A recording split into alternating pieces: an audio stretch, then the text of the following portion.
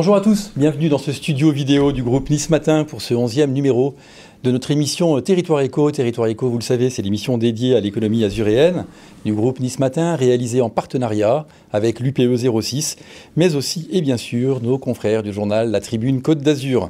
Pour m'accompagner aujourd'hui, j'ai le plaisir d'accueillir Karine Wenger, chef du service économie du groupe Nice Matin. Bonjour Karine. Bonjour Christian. Et Isabelle Ozias, rédactrice en chef de La Tribune Côte d'Azur. Bonjour Isabelle. Bonjour Christian. Pour débuter ce numéro 11 de Territoire Éco, voici notre grande interview.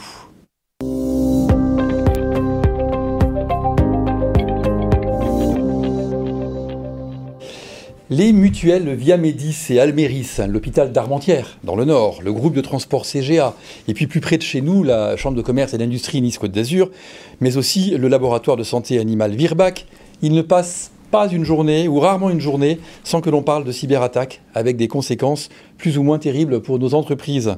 Avec nous pour en parler, Marc Bruat, directeur général de Squad, le cabinet de conseil et d'expertise en cybersécurité installé à Sophia Antipolis, mais aussi dans de nombreuses autres villes françaises. Marc Bruat, bonjour. Bonjour. Bienvenue sur ce plateau, merci d'avoir accepté notre invitation. Je vais vous poser la première question. Squad existe maintenant depuis 2011, donc un peu plus de 10 ans, 13 ans exactement. Racontez-nous un petit peu l'histoire de sa création. Et puis, j'ai envie de vous demander, est-ce que déjà à cette époque, et est-ce pour cela que vous l'avez créé, les problèmes de cybersécurité étaient aussi prégnants qu'aujourd'hui ?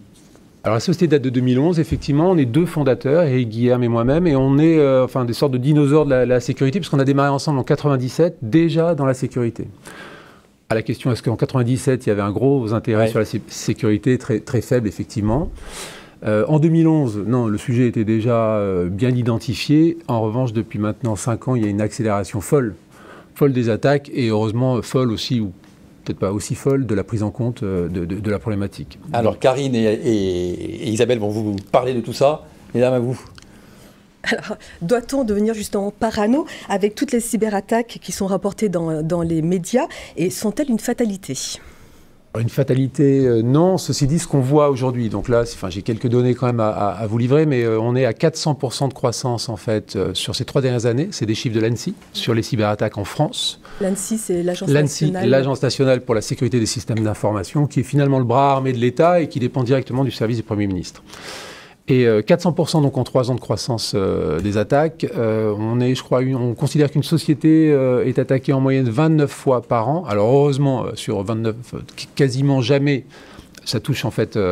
l'objectif est atteint, fort heureusement, mais ceci dit, ça arrive. Et on parle d'un coût de 60 000 € par société attaquée. Ce qui est une vraie moyenne, hein, puisqu'il y a des sociétés, on en parlera peut-être tout à l'heure, une récente qui a perdu pas loin de 25 millions d'euros. Voilà, donc la menace est très forte.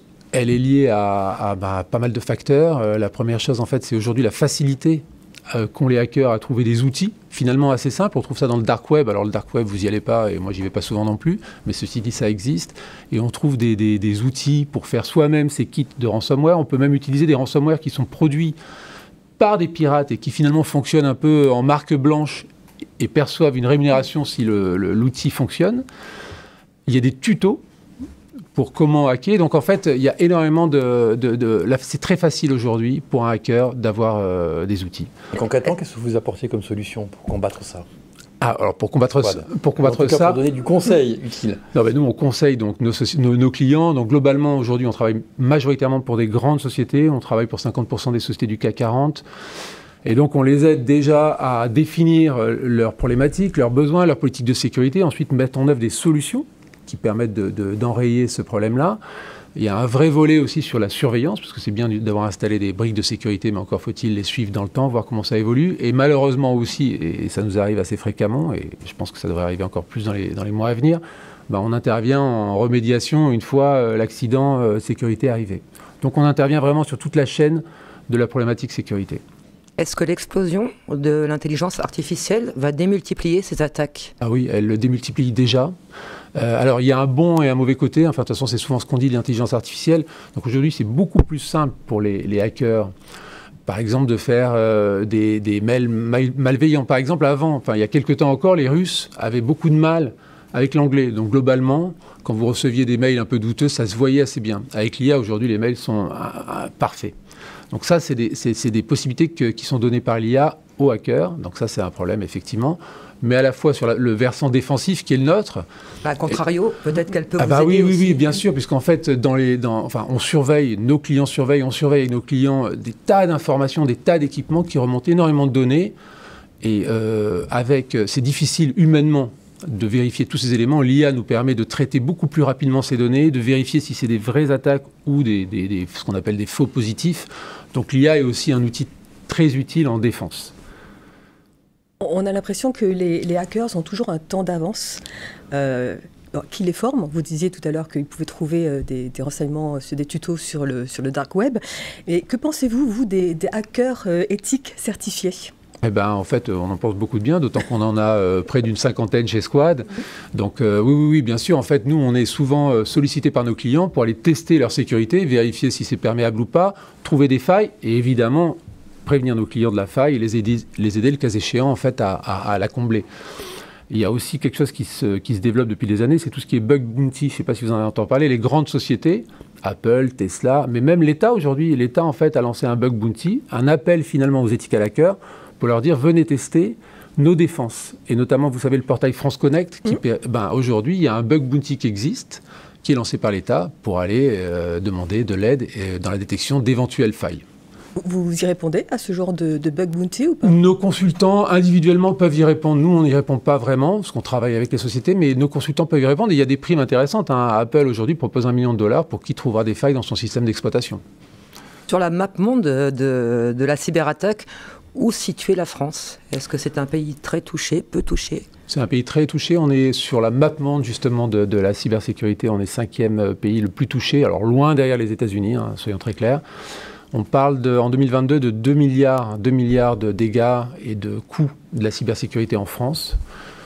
Et c'est là où c'est assez intéressant, c'est qu'on se rend compte qu'en fait toutes les sociétés ne sont évidemment pas protégées de la même façon. 80% de ce coût est supporté par des PME, TPE, 10% par le public, dont on voit, et les exemples que vous donniez tout à l'heure prouvent qu'il y a beaucoup d'établissements publics qui ne sont pas suffisamment bien protégés, et 10% pour les grandes entreprises, mais 10 milliards. Qu'est-ce qui explique cette place de 5e podium pour la France, de mauvaises habitudes, une mauvaise protection ? Ce qui explique aussi, on retrouve finalement, il y a une similitude, je dirais, dans le classement des pays les plus riches. Et les plus riches, oui. Il y a plus de chances d'aller chercher une rançon dans un pays riche que dans un pays pauvre. Je pense que c'est la principale raison, elle est là. Néanmoins, il faut rajouter actuellement, et ça s'est particulièrement intensifié ces temps derniers, toute la partie géopolitique, où la France et les grandes entreprises françaises, pas seulement sont victimes et subissent énormément d'attaques. On voit avec la Russie en ce moment. Exactement. Pour ne pas la nommer, effectivement, la Russie en est le principal acteur. Est-ce que chaque pays qui est attaquant, entre guillemets, a des spécificités ? Est-ce qu'ils ont une signature qui permet de dire « Ah, c'est plutôt une attaque qui vient de l'Europe de l'Est » ou est-ce que ça se voit ? Il y a des signatures, bien sûr, parce qu'en fait, l'Europe de l'Est est quand même vraiment là que ça se passe le plus. Il y a des sujets autour de la Chine aussi. Et puis il y a des pays qui sont très forts, historiquement très forts en cybersécurité, donc en défensif, mais peut-être aussi en offensif. Je pense notamment à Israël. Israël très fort. La plupart des sociétés de soft cyber sont américaines ou israéliennes. Squad compte 830 collaborateurs, c'est énorme. Vous avez recruté 300 collaborateurs en 2023, c'est énorme aussi. Où vous arrêterez-vous ? Écoutez, on a prévu de recruter 350 personnes cette année, donc on n'a pas prévu de s'arrêter. On est très structuré sur le recrutement. On a une grosse équipe. On a 15 personnes qui sont dédiées au recrutement de profils en cybersécurité. On a des partenariats écoles nombreux, même locaux. On est partenaire de l'ISEN à Toulon. Et on participe à énormément d'événements, mais c'est un énorme travail, puisque c'est, on va dire, une des 2 plus grosses difficultés qu'on ait sur notre marché, c'est le recrutement. On connaît les difficultés de recrutement dans toutes les filières, alors celle-ci qui est très tendue, oui. Ouais. On voit, l'année dernière, justement par rapport aux 300 recrutements dont vous parliez, on a vu 8000 candidats. Pour donner un ordre d'idée, donc on recrute 3% à peu près des gens qu'on rencontre. Soyons clairs, il y a 2 cas à ça. On est très sélectif, mais les candidats sont eux-mêmes très sélectifs. Mais après ça, en fait, la deuxième difficulté, c'est quand même de maintenir les gens dans la société. Donc le turnover est quelque chose qu'on surveille de très près chez nous, parce que maintenant qu'on est assez connu dans le domaine de la cybersécurité, on doit faire partie des 5 premières boîtes en France. Ça donne des envies à certains confrères concurrents et parfois même clients de venir recruter chez nous. Donc, comment faites-vous pour vous assurer de la probité des gens que vous recrutez, parce qu'on est sur un domaine extrêmement sensible? Vous avez raison. Alors déjà, en fait, nous, on fait un tiers de notre activité dans le domaine de la défense. Donc, qui dit domaine de la défense nécessite d'avoir des gens qui sont habilités à travailler dans des environnements de défense. Donc là, il y a quand même des niveaux d'enquête qui sont très poussés, souvent d'ailleurs assez fastidieux et longs. Donc c'est un début de la réponse. Et de fait, nous avons l'habitude aussi effectivement de faire des enquêtes sur les gens que nous recrutons. Bon, sur 830 personnes, c'est la garantie à 100%, mais elle n'est pas certaine non plus. Pour pallier ces problèmes de recrutement, justement, vous aviez mis en place au sein de Squad la Squad Academy, qui forme en interne. Oui. Est-ce que ça fonctionne bien? Est-ce que vous êtes satisfait? Ça fonctionne pas mal. Alors, sur la formation, effectivement, ça c'est un vrai sujet. Il y a des formations académiques en France, donc il y a énormément d'écoles cyber qui se créent en France, et ça c'est plutôt bien. Mais c'est pas suffisant. On parle là, à l'instant où on se parle, de 15 000 postes vacants en France en cyber. Et donc nous, notre projet, c'est effectivement, et qu'on a déjà lancé l'année dernière, c'est d'arriver à transformer des compétences qui sont peut-être aujourd'hui en train de connaître une certaine obsolescence dans leur métier et de les amener vers la cyber. Donc ça fonctionne pas mal. On a formé 35 personnes l'année dernière. C'est moins qu'attendu, à vrai dire, ce qu'on prévoyait plus. Donc c'est plus compliqué que ce qu'on aurait pu imaginer, mais ça fonctionne. Et là encore, j'espère que ça représentera un pourcentage important de notre recrutement en 2024. Vous avez une croissance à 2 chiffres. Oui. Elle s'explique par la multiplication de ces attaques, bien sûr, et donc le potentiel de clients qui vous sont offerts. Il y a aussi de la croissance externe. Est-ce que c'est pour vous un objectif ou pas du tout?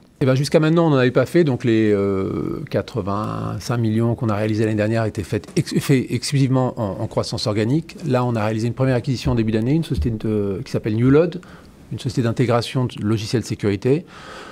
Et on va certainement être amené dans les mois et années à venir à en faire d'autres, soit pour aller boucher des trous technologiques qu'on aurait dans notre offre. Il y a des sujets qui nous intéressent beaucoup, notamment sur toute la partie cyber des objets connectés, cyber des systèmes embarqués, qui est une spécificité particulière qu'on adresse mais qu'on pourrait renforcer. Et puis il y a aussi le sujet des pays. On est aujourd'hui en Suisse, on est au Canada. On veut être en Belgique, on réfléchit à l'Espagne et on se rend compte qu'il est parfois plus facile, moins difficile de démarrer par une acquisition que de partir de zéro. Votre force, c'est de maîtriser toute la chaîne de valeur de la cybersécurité, justement grâce à l'acquisition de Newload à l'automne dernier. Vous devez toujours avoir un temps d'avance, que ce soit sur les hackers, les méchants hackers ou la concurrence. Alors, quelles sont les tendances de la cybersécurité et quelles sont vos pistes, vous, de développement ? Alors nous, en fait, le sujet qu'on adresse le plus actuellement, c'est l'intelligence artificielle. C'est pas très original, mais il y a un vrai sujet, en fait, dans l'intelligence artificielle avec la cybersécurité. On en parlait tout à l'heure, donc comment arriver à traiter une masse d'informations colossale et d'être capable de réagir vite. Mais c'est aussi une façon de peut-être pallier à ce déficit structurel de compétences qu'on a sur le marché. On aura du mal à les résorber, d'autant que les besoins vont être exponentiels. Donc l'IA peut permettre de pallier à cette carence de profil. Alors, il y a eu une actu récente. Le groupe de hackers le plus nuisible du monde a été durement frappé par une opération policière internationale. Ils ont revendiqué 1700 attaques pour près de 2500 victimes, dont 200 en France. Est-ce que vous étiez sur le coup? Non, on n'était pas sur le coup. En revanche, ce groupe de hackers, Logbit, auquel vous faites référence, est connu.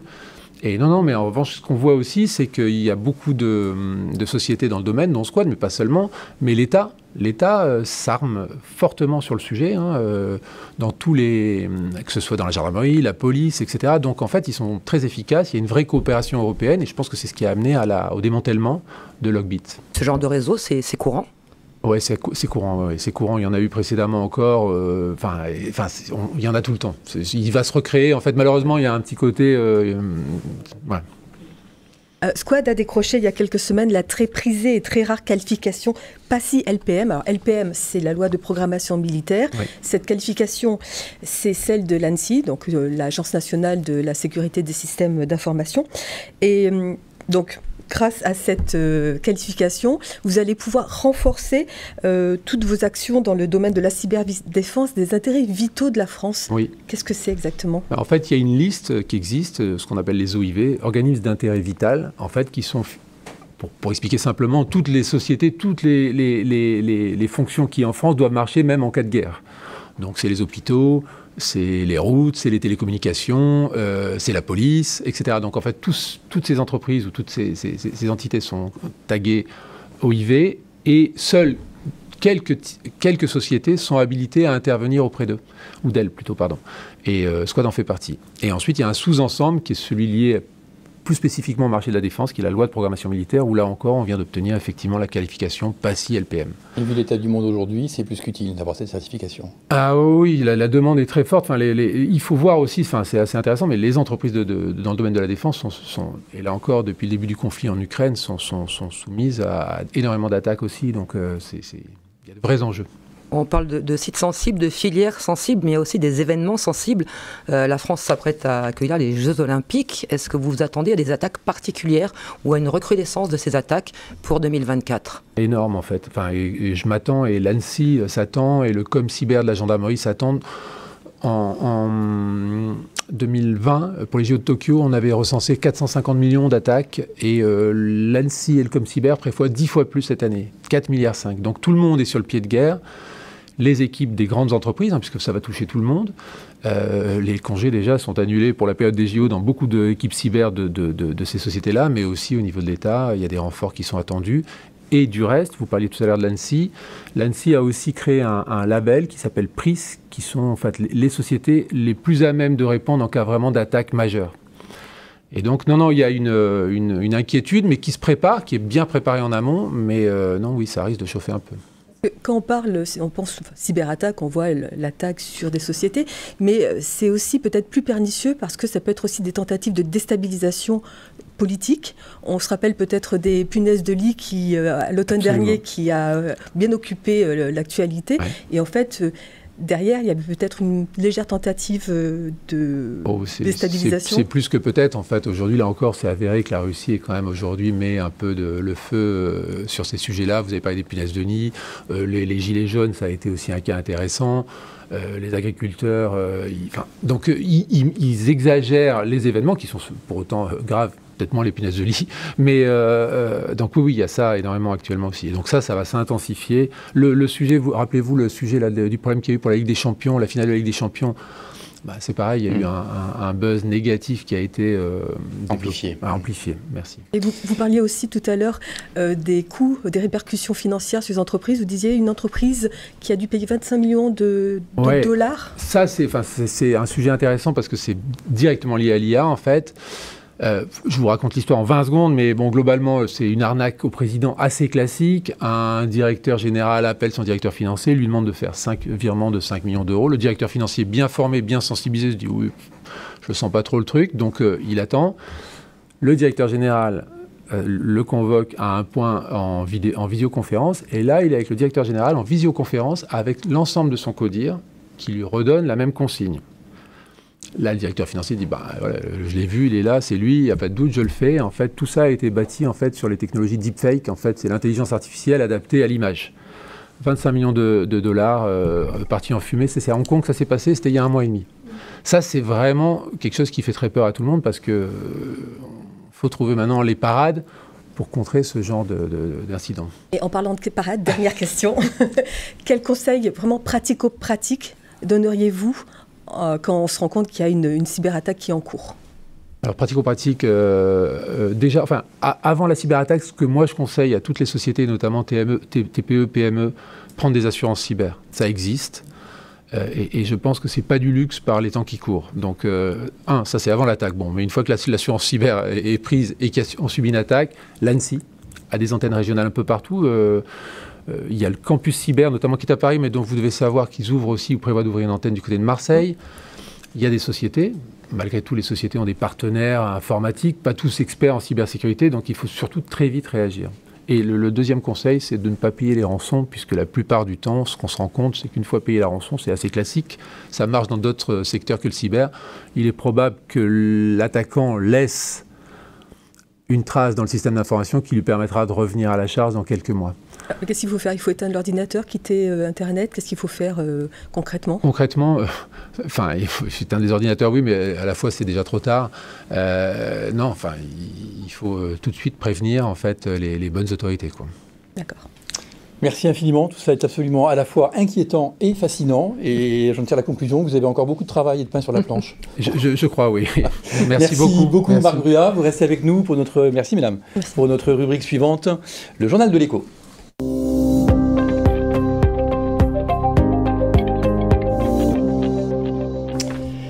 Karine, Isabelle, vous allez maintenant passer au crible l'actualité économique de la Côte d'Azur et la vie de nos entreprises. Marc Brua, bien sûr, vous êtes resté avec nous et vous n'hésitez pas à intervenir sur toute information qui vous interpelle. Et nous commençons par la vie des entreprises, Karine. Oui, on commence avec YouStock. Alors YouStock, c'est la spécialiste du stockage sur mesure. Elle est née à Monaco en 2015. Elle est implantée depuis à Nice et depuis peu à Bruxelles. Et elle vient de racheter la londonienne Stord et son portefeuille de 800 clients. Alors c'est une aubaine pour la niçoise. Outre une augmentation du capital, YouStock veut voir plus loin et aller plus vite. Dans son viseur, les Jeux Olympiques. Et là, il fallait y penser parce qu'il y a déjà beaucoup de demandes à Paris pour stocker ses effets personnels et ses meubles le temps des JO, avec des appartements aussi qui se louent comme des petits pains. L'occasion est rêvée pour la niçoise pour tester un nouveau service, c'est le stockage de l'objet et non pas au mètre cube. Donc la promesse du sur-mesure est tenue. Et Ubiplace non plus n'a pas loupé le train des Jeux Olympiques en signant avec la SNCF. La niçoise filiale du groupe Aegis, présidée par Benjamin Mondou, s'est spécialisée dans le suivi des grands travaux structurants expliqués à la population par l'intermédiaire d'un smartphone et d'une appli. Elle a été choisie pour informer en temps réel les franciliens sur les avancées du Grand Paris ferroviaire. Motif de ce choix, la solution Ubiplace propose une interface intuitive et conviviale qui a tapé dans l'œil de la SNCF. Ça y est, les ex-brasseries Flo et Georges à Nice vont enfin rouvrir leurs portes sous 3 enseignes émanant du même groupe. Flex pour la salle de sport, Foodie pour la restauration et Moon côté hôtel. Au total, le site toise les 3000 m². Il a été racheté par un groupe indépendant niçois, Bagji. Ce sont 2 entrepreneurs qui possèdent déjà l'adresse Casaleia sur le cours Saleia à Nice et qui se positionnent ici sur un concept multi-activité encore inédit à Nice. Après plusieurs millions d'euros de travaux, l'établissement est fin prêt pour la rouverture et il emploiera 65 collaborateurs. Et le groupe Massa revient dans l'actu avec le rachat du premier pure player indépendant français dans la vente de pneus. Il s'appelle 1001 Pneus et il appartenait auparavant au groupe Cdiscount Casino. Il va permettre au groupe familial basé à Mandelieu de compléter son offre de distribution. Le groupe Massa s'est spécialisé dans l'approvisionnement des pneus et des pièces détachées de voitures. Il détient aussi le réseau de franchisés Avatacar qui œuvre dans toute la France avec l'arrivée de 1001 Pneus. Cédric Massa, l'actuel président Directeur général délégué. Directeur général délégué, 4e génération de Massa à la barre, vise les 400 millions d'euros de chiffre d'affaires dès 2024. Les nouvelles de l'école 42, Karine. Et oui, c'est peut-être une information qui va intéresser Marc Brua, parce que l'école 42 a rouvert. C'est une excellente nouvelle pour tout l'écosystème qui manque de force vive en talents informatiques. Alors, c'est la CCI Nice, Côte d'Azur et la région Sud qui ont mis la main au pot pour faire perdurer l'école. Elle s'appelle désormais École 42 Campus de Nice. Elle est dirigée par Damien Lallemand, un ex-d'Epitech, et elle accueille déjà 300 étudiants. C'est une bonne nouvelle. Ouais, et ça passe aussi pour Videtix, la spécialiste de la vidéosurveillance algorithmique, c'est-à-dire augmentée par l'intelligence artificielle dans le traitement et l'analyse des images. Elle a été sélectionnée par le ministère de l'Intérieur pour participer à la sécurisation des Jeux Olympiques de Paris en 2024. Les 4 startups Made in France qui ont été retenues doivent se partager une enveloppe de 8 millions d'euros et surtout une visibilité mondiale. À noter que si Videtix a été remarquée par Beauvau, c'est peut-être parce qu'elle a déjà assuré la sécurité d'une autre grosse compétition, la Coupe d'Afrique des Nations. Et cerise sur le gâteau, c'est la Côte d'Ivoire, là où Videtix a implanté sa première filiale hors Sophia Antipolis, qui a gagné cette canne. Et une fois n'est pas coutume, mesdames, si on causait un peu people et télé-réalité dans ce journal de l'économie. Eh bien, on va parler de Sophie Palacio. C'est la dirigeante de ABP Talent à Nice. C'est un cabinet de RH, recrutement et bilan de compétences. Alors, Sophie a passé un casting l'été dernier. Elle a été sélectionnée pour être l'un des 3 experts de Changer de job, le Grand Saut. C'est la nouvelle émission de M6 dédiée à la reconversion professionnelle. Alors, Sophie a accompagné 3 candidats dans leur quête d'un emploi plus épanouissant. Les 3 épisodes de l'émission sont à revoir en replay sur Sixplay. Et vous, Isabelle, vous montez au filet avec... Avec Joe Wilfried Tsonga. Bravo, Christian, qui ne cache plus ses ambitions sur le podium azuréen. Avec son ex-entraîneur Thierry Assion, ils ont fondé le groupe All-In, spécialisé dans la création et la gestion de sites où on pratique le tennis ou le padel, tout niveau confondu, avec déjà 3 implantations sur les Alpes-Maritimes. La première, c'était à Villeneuve-Loubet en 2019, la seconde sur Grasse et tout récemment, tout près du Moulin de Mougins. L'objectif multi multiplier ces centres, ils sont pour l'heure 17 en France, et d'autres sites seraient déjà sur la feuille de route dans les Alpes-Maritimes. Pierre-Louis Renoux est le nouveau directeur général du Carlton Cannes Regent Hotel, qui a rouvert ses portes en mars dernier après d'énormes travaux de rénovation et d'extension. Pierre-Louis Renoux, qui prendra ses fonctions le 1er avril prochain, a effectué sa carrière dans de grands groupes hôteliers tels que Concorde Hotel, Hilton, Barrière, Accor. Et du côté des nouveautés ? Alors du côté des nouveautés, c'est un nouveau réseau d'affaires qui arrive à Nice. Il s'appelle Pouvoir d'entreprendre et il s'adresse aux femmes entrepreneurs qui sont souvent en situation de précarité. Ces particularités, outre de très nombreux ateliers en visioconférence avec toutes les antennes locales du réseau et des rencontres en présentiel, Pouvoir d'entreprendre fonctionne aussi par abonnement mensuel sans engagement et surtout il est rétributif. C'est-à-dire que si l'une des membres anime un atelier en management, en coaching, peu importe, sa prestation est rémunérée et le réseau pourra la recommander plus facilement à ses contacts. Et puis de bons résultats à noter aussi pour quelques jolies sociétés bien de chez nous. Ces Azuréennes ont été sélectionnées par Les Échos dans le classement annuel des entreprises françaises championnes de la croissance. On retrouve par ordre d'apparition le groupe Courtin, 3e au général avec une croissance enregistrée de 229%. Il y a aussi Vretman Estate à la 194e place, Couteau du Chef, 208e, Luxury et Performance Sélection, 334e. Parmi les nouvelles entrantes, on note Insight SCP qui a Sophia Antipolis et qui s'adjuge la 101e place et aussi nos amis de Emily and the Cool Kids qui débarquent en 310e position avec leurs cookies. Absolument. Et le groupe Courtin, donc 3e et champion du département, justement vient d'annoncer la création de sa première start-up maison. Elle s'appelle SaaS Office et elle propose de faciliter la gestion des centres de coworking via un logiciel unique et ultra performant. Christophe Courtin parle du plus ambitieux projet qu'il ait jamais bouclé, lui qui a déjà investi dans plus d'une centaine de start-up, mais cette fois c'est encore mieux parce que c'est la sienne. SaaS Office sera basé à Sophia Antipolis, berceau du groupe. Et puis un chiffre un peu ébouriffant, en tout cas très très encourageant pour l'industrie européenne, Isabelle. L'industrie azuréenne, pardon, mais aussi européenne. Allons savoir. Oui, mais on peut le dire. 30 milliards d'euros, c'est le chiffre d'affaires cumulé autour d'un tour de table exceptionnel, celui des industriels grassois, pour accueillir Bruno Le Maire en visite au siège du groupe Artes début février. Les Man, Robertet, Firmenich, donc on est sur l'Europe, Mulgazinière, mais aussi des plus jeunes pousses comme Micofito et Fleur d'exception du Pays de Grasse ont rencontré le ministre de l'économie et ont présenté leur carnet de doléances. On a beaucoup parlé de transition énergétique et écologique, difficile à marier avec un renfort de l'industrialisation ou encore des normes européennes toujours un petit peu indigestes. Ils ont aussi et surtout montré leurs efforts en termes de protection de l'environnement et ça c'est un bon point, un cocktail entre amertume et avancée RSE notable qui a en tout cas prouvé le dynamisme de l'écosystème grassois. Et on reste dans l'industrie avec un chiffre encourageant, 13,5%, c'est la part du PIB issu de la filière industrielle en France. Et c'est un point de plus qu'en sortie de Covid. Et ça rassure Marcel Ragny, le patron des industriels Sud-Corse. Ce 23 février, c'est chez lui, dans son usine de la Gaude, qu'a été officialisée la labellisation du territoire d'industrie pour les métropoles et pour la CARF, une riviera française qui pourrait faire le lien avec l'écosystème italien. Scruté de près par nos voisins, l'industrie représente encore 20% du PIB. 4 Azuréennes ont intégré la 6e promo du Sud Accélérateur. C'est un dispositif mis en place par la région Sud et son agence d'attractivité Rising Sud en partenariat avec BPI France. Objectif, cibler les belles PME à fort potentiel pour les faire grimper d'un étage, c'est-à-dire vers les étilles, entreprises de taille intermédiaire, en les accompagnant dans leur croissance. Dans la shortlist 2024, on retrouve 20 championnes et parmi elles, Édition Bougainville, on en a parlé dans les champions des Échos. Ils sont au Canet, Osmose, à Roquefort-les-Pins et de Grassoise, STME et le 6 Groupe.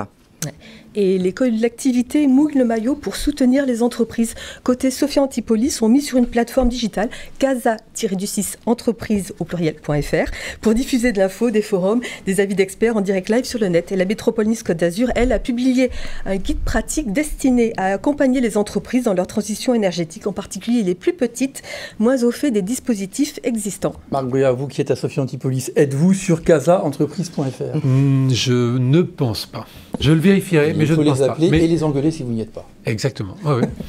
On continue Isabelle, plutôt on termine ce journal de l'écho avec le Festival international de l'intelligence artificielle à Cannes. Et oui, et carton plein pour Cannes. Le salon s'est déroulé début février au Palais des Festivals et il a réussi en seulement 3 éditions à s'imposer sur l'échiquier mondial des rendez-vous consacrés à l'IA. L'événement a accueilli plus de 8000 participants en B2B, plus de 5000 sur la journée ouverte au grand public, soit une augmentation de la fréquentation de 36%, c'est pas mal.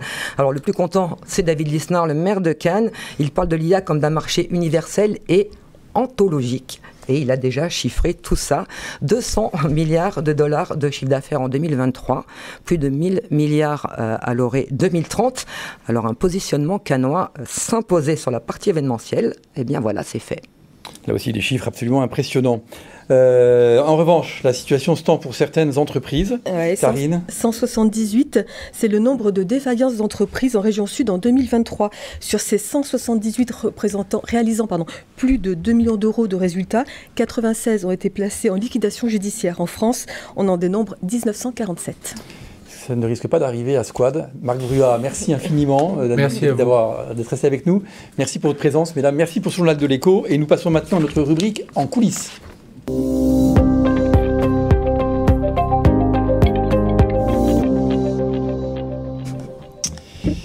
Voici un sujet, chère Karine, plein de douceur qui va plaire aux petits comme aux grands, puisque nous allons chez Nice Bonbon et voir ce qui se passe dans les coulisses de cette société. Alors elle s'appelle Nice Bonbon, mais en fait elle est installée à Contes et elle fabrique de la confiserie de poche. Vous savez, ces petites boîtes en métal qui contiennent des pastilles à la menthe, au citron ou à la violette.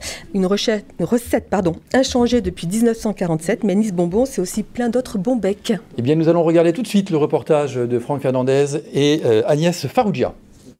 J'étais absolument convaincu de nos 2 petites boîtes, réglisse et menthe, et nous avons surtout voulu garder ce type de fabrication datant de 40 ans, 50 ans. D'où, à mon avis, le succès qui perdure. Cette société a commencé d'une manière fortuite. Mon oncle et mon père, piémontais, ont racheté une gérance des Grands Moulins de l'Ariane. Ils ont donc fait des pâtes jusqu'à la fin de la guerre et à ce moment-là, ont décidé de créer un petit bonbon réglisse dans une boîte. Nous les avons enrobés avec une menthe forte et puis malheureusement, ayant repris cette affaire avec mon frère qui est tombé malade, nous avons vendu à la Piquichante, filiale du groupe Danone. Concours de circonstances, nous avons racheté 10 ans après, avec l'intention ferme de garder le même type de production de manière à être complètement autonome. Notre matériel datant des années 1960-1970 est toujours en place aujourd'hui, qui donne une qualité inimitable de nos produits. D'où, à notre avis, le succès qui perdure actuellement. Pour faire notre pastille, on reçoit du réglisse que l'on mélange avec d'autres ingrédients et on le transforme et on obtient des pains qui sont extrudés dans une filière. Cette filière crée des spaghettis qui sont coupés en petites pastilles qui sont à ce moment-là séchées. Lorsqu'elles sont séchées, nous doublons la pastille avec du sucre et des arômes naturels.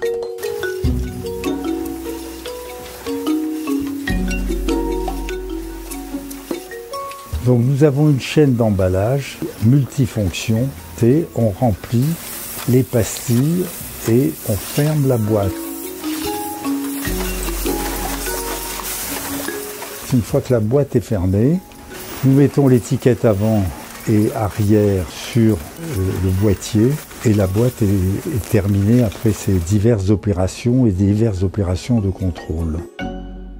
J'ai constaté que le marché s'était terriblement diversifié, donc nous avons décidé d'avoir un développement extérieur, c'est-à-dire nous avons racheté 2 sociétés, la société Bloc des Vosges et la société Saint-Michel à Marseille, qui fait les pailles et les célèbres sucettes de Marseille. Nous avons rajouté cette gamme à nos produits et surtout, nous avons décidé d'intégrer leur fabrication dans notre site de compte et tout en gardant l'esprit étaient des produits datant de 40 ans, 50 ans. Aujourd'hui, nous sommes très confiants dans l'avenir car nous vendons déjà dans une douzaine de pays et de très gros pays, Russie, États-Unis, Canada. Nous sommes conscients que nous devons aussi rentrer et développer notre chiffre dans les grandes surfaces. Je regrette simplement, il faudrait que je parle de l'âge si je parle de moi. C'était très particulier, c'est-à-dire je pense qu'il y a énormément de choses qu'on peut faire 10 fois plus que ce qu'on fait maintenant, mais c'est pas à moi de le faire, c'est à d'autres. Très sympa ce reportage. Mesdames, je suis certain que vous avez des petites boîtes métalliques à la violette dans vos sacs à main. Non, j'attends. Que je vous les offre? Oui. Eh bien, allez, promis pour la semaine prochaine.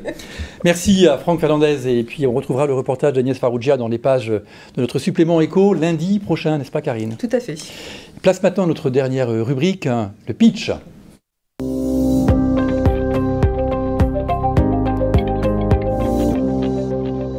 Dans cette dernière partie de l'émission et pour le pitch de ce mois, nous allons aborder un sujet qui touche de plus en plus de personnes puisqu'il s'agit du maintien à domicile des seniors.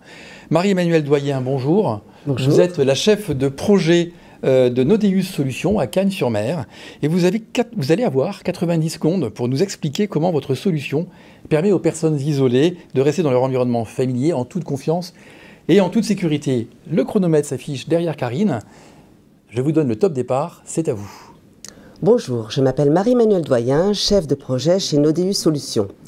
Avec l'évolution démographique et l'accroissement de la longévité, le nombre de personnes âgées seules à domicile augmente, avec les risques associés comme la dénutrition ou la chute. Nous avons créé Cocoon, une solution de bienveillance axée sur la prévention. Elle a pour but la détection précoce des premiers signes de fragilité dans le but d'une prise en charge à temps. Comment? Eh bien, grâce à un réseau de capteurs d'activité et à l'utilisation de plusieurs technologies d'IA, Cocoon analyse les changements d'habitude de vie, détecte les anomalies et génère des alertes. Discret, sans micro, sans caméra, sans objet porté, Cocoon préserve la vie privée des gens. Le département des Alpes-Maritimes vient de nous sélectionner afin de faire un déploiement plus large en partenariat avec la mairie et le CCS de Mandelieu de notre solution. Avec son mode de commercialisation en marque blanche ou sous forme de location mensuelle, Cocoon bénéficie déjà d'une belle traction auprès des clients professionnels. Nous avons ainsi obtenu des contrats auprès d'opérateurs privés de résidences seniors. Donc, prochaine étape, l'industrialisation sur le territoire et on recherche des partenaires.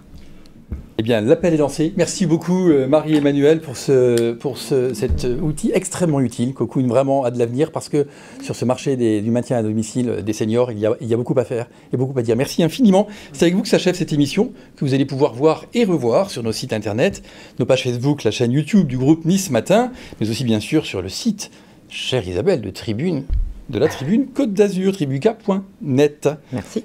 Merci infiniment à tous de nous avoir suivis. Merci à Sophie Doncet, Philippe Bertini pour la réalisation de cette émission. Merci à Chloé Wargard pour la conception graphique. Et puis merci à vous, Karine et Isabelle. J'aurai plaisir à vous retrouver le mois prochain. Merci à tous et excellente journée.